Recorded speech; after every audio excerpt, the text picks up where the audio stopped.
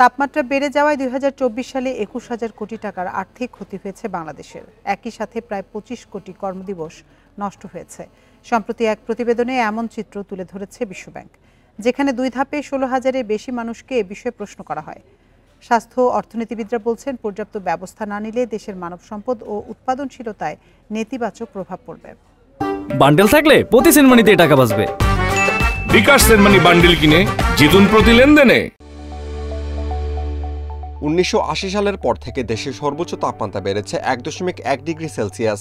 আর ১৯৯০ থেকে ২০২০ সাল পর্যন্ত অর্থাৎ ৩ দশকে শুধু রাজধানীতেই তাপমাত্রা বেড়েছে গড়ে সর্বোচ্চ ৯ ডিগ্রি সেলসিয়াসের বেশি, যার সরাসরি প্রভাব পড়েছে দেশের অর্থনীতিতে।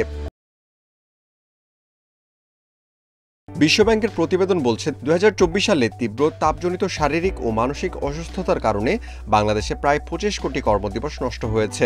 এর ফলে অর্থনৈতিক ক্ষতির পরিমাণ হচ্ছে সর্বোচ্চ $১.৭৮ বিলিয়ন। বিশ্বব্যাংক বলছে, গরমের প্রভাবের দিক থেকে বাংলাদেশ বিশ্বের মধ্যে দ্বিতীয় স্থানে। অতিরিক্ত গরমে মানুষের স্বাস্থ্য ঝুঁকি বাড়ার সাথে সরাসরি প্রভাব পড়েছে উৎপাদনশীলতায়। এ সময় গরমে কাজ করতে না পারার হার ছিল ১.৪ দিন।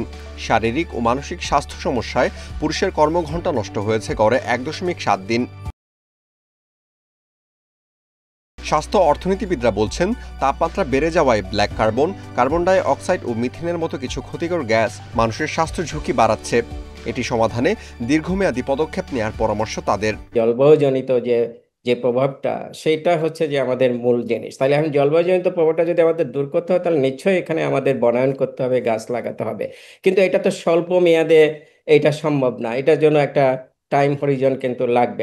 বিশ্বব্যাংকের তথ্য মতে, মানসিক স্বাস্থ্যের কারণে গরমে সব আয়ের মানুষের কাজ হারানোর হার প্রায় সমান থাকলেও শীতে ধনী শ্রেণীর মানুষের ক্ষতি ছিল তুলনামূলক কম।